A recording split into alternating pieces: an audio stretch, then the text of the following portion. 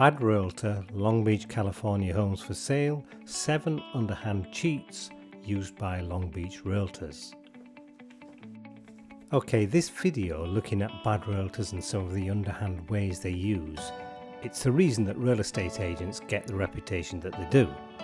It's why so many property owners don't feel they can trust Long Beach realtors or anywhere else for that matter. I also feature a realtor who has a channel supposedly training real estate agents on how to sell.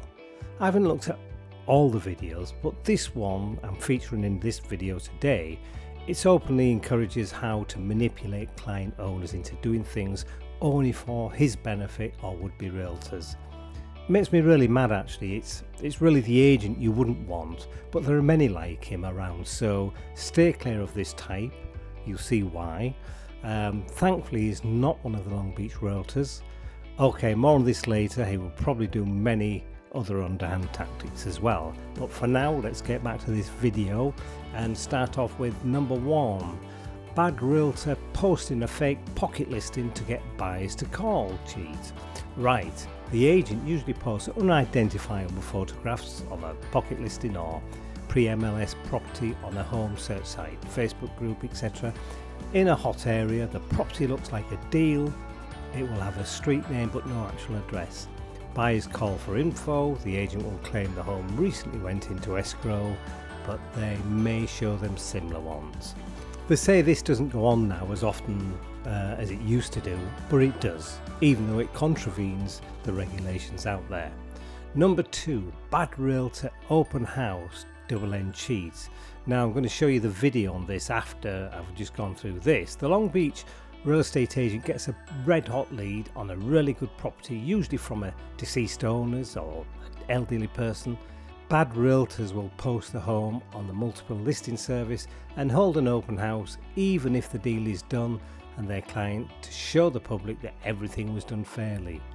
Bad realtors then close the transaction with their own buyer and gets both sides of the commission and the guarantee to obtain the listing after their developer client has knocked down the old house and built the new one.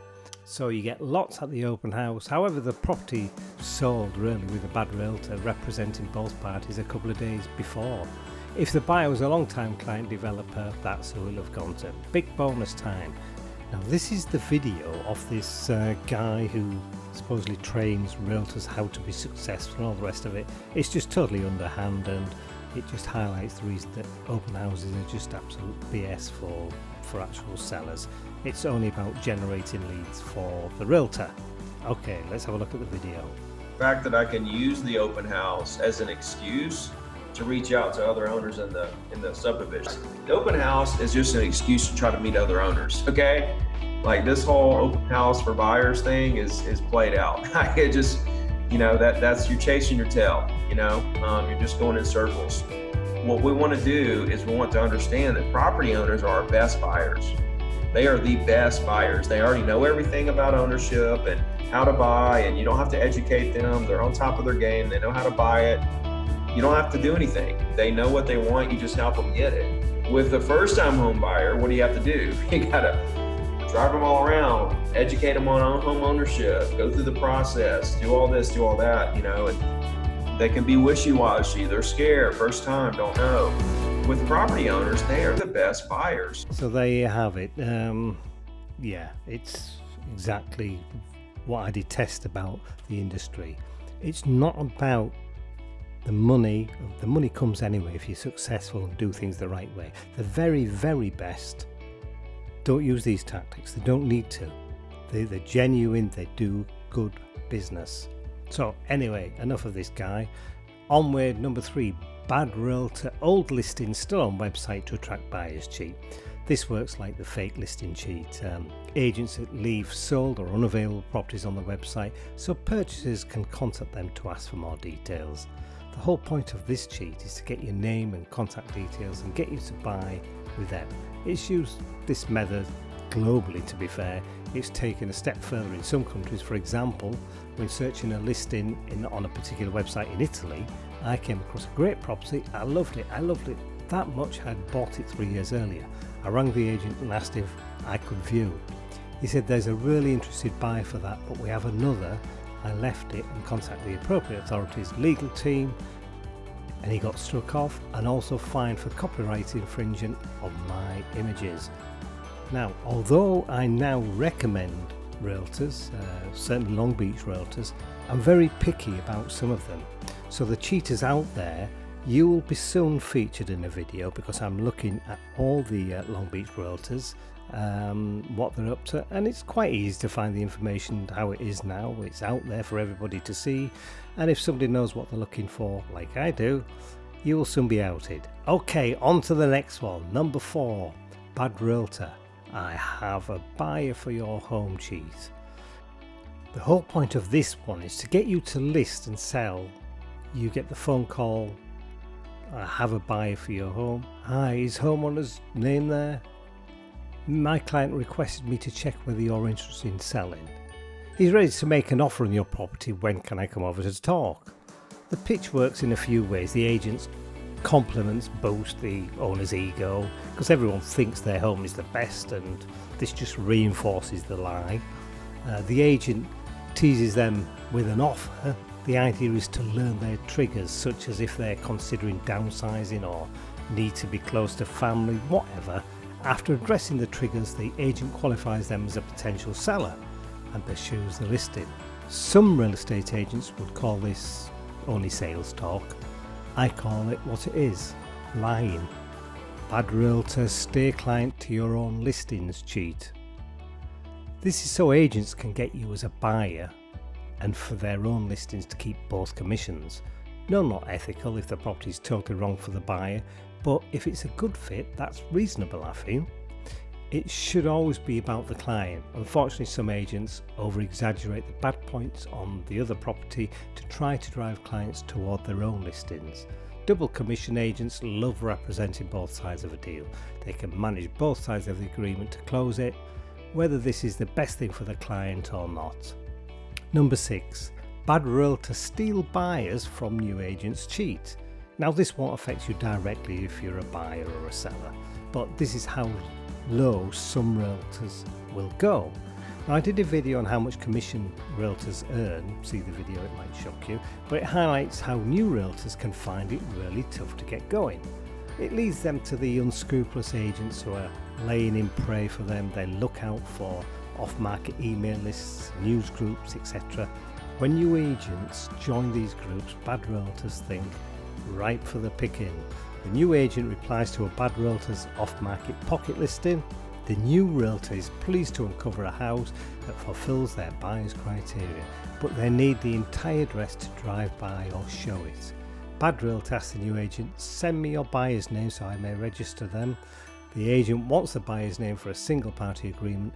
A single party agreement reads, if this person buys this property within a specific time frame, the agent will be paid. Single party compensation agreement. The new agent gives the customer's name to the other agent, who remains silent. The bad realtor takes the buyer and stops communicating with the new agent. Commission goes to the bad realtor.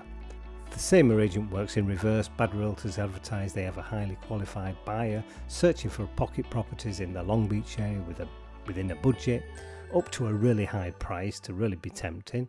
The newer agent responds with pocket listings, but the realtor goes to the listing and closes the sale without them. Or worse, there's no buyer at all. The bad realtor goes directly and gets the listing for themselves. So, yeah, you do have a bit of sympathy for some of the new agents because it's tough going. But don't revert to training and listen to rubbish like that other guy. Okay, do it the right way and you'll get there. Number 7, bad realtor devaluing the property cheat. This is the worst of them all, bad realtors really. They look for an old homeowner or trusting homeowner as a likely target to see how much they know or don't know about pricing their home for sale. If the realtor is searching for a development opportunity for their developer buyer, they'll convince the homeowner that their home is only worth, say, land value. The agent's developer client will get a great price on the property, and the agent who bought them the deal will get the listing when the home is finished. The agent gets a double-ended commission and a future listing. This is one I really get so annoyed about. I do about all the cheats, but this one, as it's just taking advantage of someone's vulnerability. I often think when I hear things like this, what sort of human being are they being able to do this? It's just pure greed. This is the bonus cheat, Bad Realtor Open House BS cheat. Okay, this one is not even considered a cheat, to be fair, by realtors. I can tell you though, they are not for your benefit to sell your house. You're not a TV show where all the buyers come flocking in to view your home. No, they are nosy ones who live close by, who have no intention of buying your home. But guess what? The realtor makes sure the ones attending give their details, not for security, but they become leads, ones they can ring and trying to get to list with them. So, should you do an open house? I personally would prefer individual buyers who have been qualified that they are at least able to buy your home, but it is of course your choice, unless the realtor insists you do one and you go along because he or she talked you into it, like the video previously on the one that teaches how to manipulate clients. Conclusion. So there you have it, the lowlives of the real estate industry. In reality, in Long Beach there are many really good realtors and agents. It's just that there are many still that would do whatever if it means earning the commission. Are these agents easy to spot? I would say yes. With the technology around now and my own background in real estate, I would easily identify the bad Long Beach realtors. I would say though that for the majority who are not in the industry, you could find it challenging. Now, I've met realtors who try to give the impression of being very charming and caring, and with 30 years experience globally, I can see through it. I shortly will be doing videos on the bad realtors of Long Beach. You see, you can only tell one lie to someone, then everything else you cannot really believe. So you bad cheating Long Beach realtors, keep watching to see yourself featured soon. To balance though, I research all other realtors and I recommend, and I do not sell, use a lead. I hate this idea. I work the other way around. I give you the option to contact them.